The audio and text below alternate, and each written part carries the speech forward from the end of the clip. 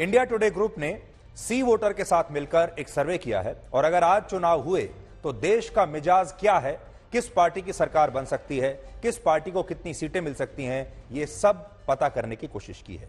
इस सर्वे के मुताबिक अगर आज लोकसभा चुनाव हुए तो बीजेपी को 284 सीटें मिलेंगी। 284 अगर आज चुनाव हो जाएं तो मिल सकती हैं बीजेपी को।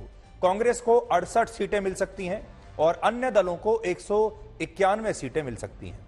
लोकसभा में बहुमत के लिए 272 सीटें चाहिए। इसका मतलब अगर चुनाव हुए तो बीजेपी पूर्ण बहुमत के साथ तीसरी बार सरकार बना सकती है, क्योंकि इस सर्वे में पार्टी को 284 सीटें मिल रही हैं। स्क्रीन पर आपके सामने है। अगर आप बीजेपी और कांग्रेस की तुलना करें, बीजेपी को 284 सीटें मिल सकती हैं अगर आज चुनाव हो जाए, और कांग्रेस को 68 सीटें मिल सकती हैं अगर आज चुनाव हो जाए। कांग्रेस को 16 सीटें पिछले चुनाव के मुकाबले ज्यादा मिल रही हैं और बीजेपी को पिछले चुनाव के मुकाबले 19 सीटें कम मिल रही हैं।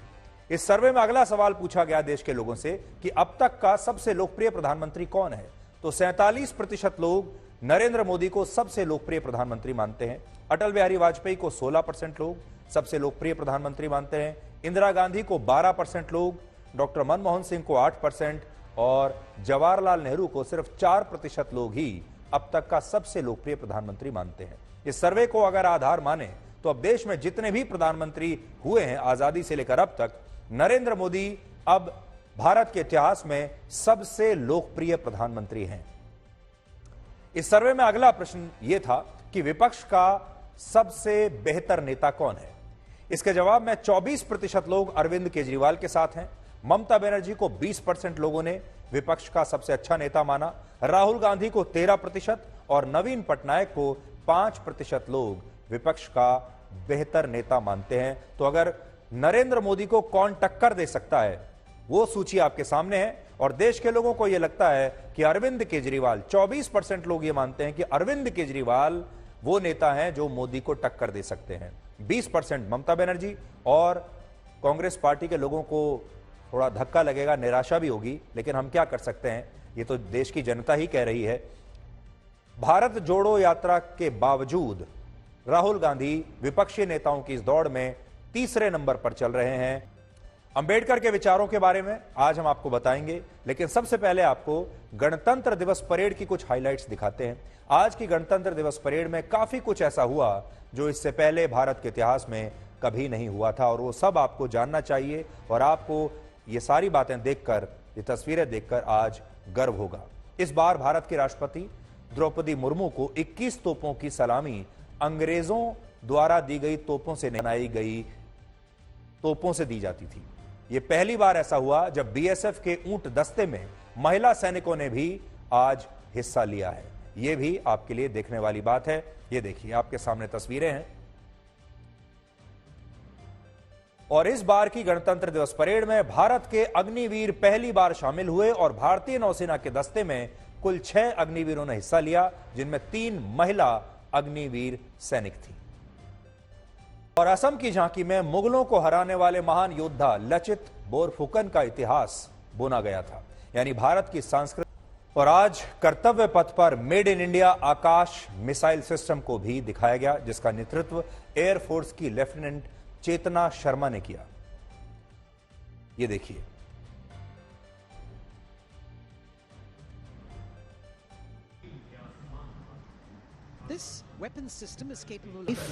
और आज की परेड की एक और खास बात यह थी कि इस बार कर्तव्य पथ पर पहली बार इजिप्ट के सशस्त्र बलों का भी एक मार्चिंग दल शामिल हुआ, क्योंकि इस बार इजिप्ट के राष्ट्रपति इस समारोह के मुख्य अतिथि थे।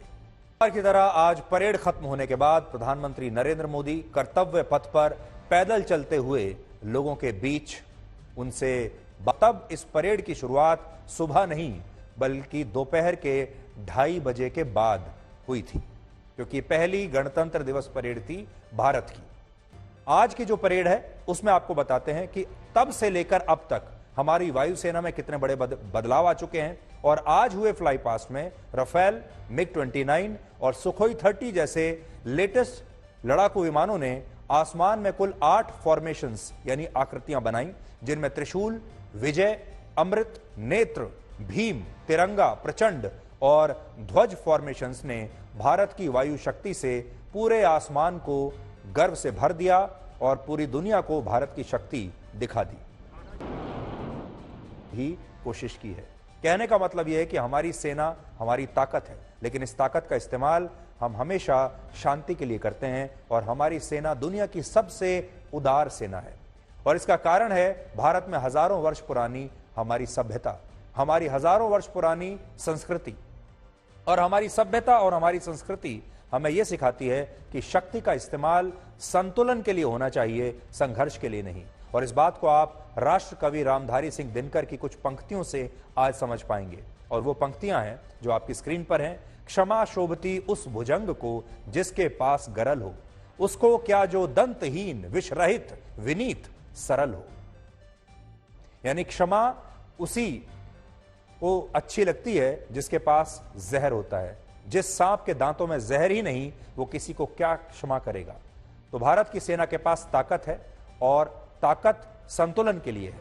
भारत की सेना के पास वो ताकत इसलिए है ताकि हम किसी को क्षमा करने की भी क्षमता अपनी बढ़ा सके, किसी पर हमला करने के लिए या किसी का फायदा उठाने के लिए नहीं। एक उदाहरण आपको आज मैं देता हूं। पाकिस्तान आजकल बहुत बुरी स्थिति में है। अगर ऐसी बुरी स्थिति में कभी भारत हुआ होता तो पाकिस्तान अब तक हम पर हमला कर चुका होता। पाकिस्तान ने भारत की कमजोरी का अब तक न जाने कितना फायदा उठा लिया होता। लेकिन भारत ने अभी तक पाकिस्तान की इस आर्थिक स्थिति का, पाकिस्तान के दिवालियेपन का कोई नाजायज फायदा नहीं उठाया और हम बल्कि आज भी मदद करने की ही कोशिश करते हैं। श्रीलंका में इतना बड़ा आर्थिक संकट हुआ, भारत ने उसका फायदा उठाने की कोशिश नहीं की, बल्कि श्रीलंका की मदद की, नेपाल की भी मदद की। यह फर्क है भारत की सेना में और पाकिस्तान की सेना में। यह फर्क है भारत की सेना में और अमेरिका की सेना में, रशिया की सेना में या फिर चीन की सेना में। इसलिए भारत की जो सेना है वो बहुत स्पेशल है, वो बहुत खास है और पूरी दुनिया में आपको इस तरह की सेना देखने को कभी नहीं मिलेगी। इसलिए आज आपको भारत की सेना को भी सलाम करना चाहिए। हालांकि इसमें बहुत सारी खामियां थी, इसलिए इसका विस्तार हुआ और इसके बाद वो संविधान अस्तित्व में आया जिससे बाकी पश्चिमी देशों ने प्रेरणा ली और फिर हमारे देश ने भी संविधान का यही प्रारूप अपनाया और इसी वजह से अमेरिका के संविधान को मौजूदा संवैधानिक शासन व्यवस्थाओं की नींव माना जाता है। भारत का संविधान 1,46,385 शब्दों का है, जबकि अमेरिका का संविधान सिर्फ 7,762 शब्दों का है। ब्रिटेन का 54,408 शब्दों का, चीन का 10,960 शब्दों का और रशिया का संविधान 12,908 शब्दों का है। अब हम आपको भारत के संविधान से जुड़ी ऐसी 5 बातें बताएंगे जिनके बारे में आपने शायद कभी सुना नहीं होगा। भारत का संविधान जिस व्यक्ति द्वारा लिखा गया उनका नाम था प्रेम बिहारी नारायण रायजादा और वो भारतीय सुलेख की कला में बड़े माहिर थे और पेशे से एक जाने माने कैलीग्राफर भी थे। इसका मतलब होता है एक ऐसा व्यक्ति जिसकी लिखावट बड़ी सुंदर हो, क्योंकि जब हमने एक संविधान बना लिया तो किसी से तो लिखवाना था, तो इनसे लिखवाया गया। भारत के पहले प्रधानमंत्री जवाहरलाल नेहरू ने भारत का संविधान लिखने के लिए स्वयं प्रेम बिहारी का चुनाव किया, लेकिन दिलचस्प बात यह है कि इस दौरान दोनों की तरफ से एक एक शर्त रखी गई। नेहरू चाहते थे कि भारत का संविधान अंग्रेजी में इटैलिक फॉन्ट में लिखा जाए और प्रेम बिहारी का कहना था कि वो ये संविधान इस शर्त पर लिखेंगे कि जब उन्हें संविधान के हर पन्ने पर अपना नाम और आखिरी पन्ने पर अपना और अपने दादाजी का नाम लिखने की इजाजत दी जाए। उन्होंने तब नेहरू से यह भी कहा कि उन्हें इस काम के बदले में कोई पैसा नहीं चाहिए, उन्हें सिर्फ अपना नाम लिखने की इजाजत चाहिए और वो सिर्फ संविधान के हर पन्ने पर अपना नाम लिखना चाहते हैं। और आज भी संविधान की जो मूल प्रति है उसके हर पन्ने पर नीचे उन्हीं का नाम प्रेम लिखा हुआ है। आज वही प्रति हम आपके लिए निकाल कर लाए हैं। बड़ी स्क्रीन पर अगर आप चाहें तो आप देख सकते हैं, आपको और आसानी होगी देखने में। ये वो प्रति है।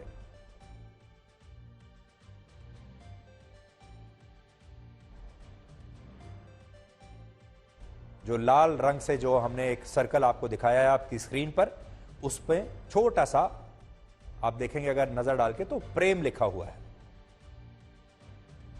यह बात जानकर आपको और भी हैरानी होगी कि भारत ने अंग्रेजों से आजादी मिलने के बाद अपने संविधान की रचना की।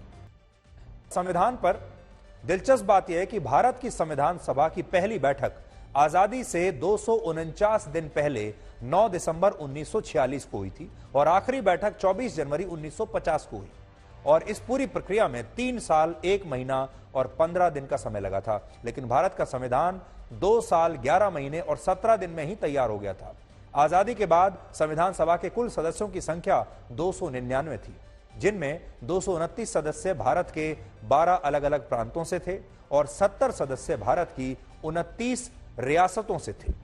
हालांकि जिस बात पर सबसे कम ध्यान दिया जाता है वो ये कि भारत का संविधान दुनिया का इकलौता ऐसा संविधान है जो 1-2 नहीं बल्कि 10 से ज्यादा देशों से प्रेरित है और इन 10 देशों के नाम आप अपने इस नक्शे पर, दुनिया के नक्शे पर देख सकते हैं। ये भी हम आपको बड़ी स्क्रीन पर दिखाते हैं। ये वो 10 देश हैं जहां से हमने अपना संविधान बनाने की प्रेरणा ली है। America, Canada, Ireland, Britain, France, Germany, Soviet संघ, जापान, ऑस्ट्रेलिया, दक्षिण अफ्रीका।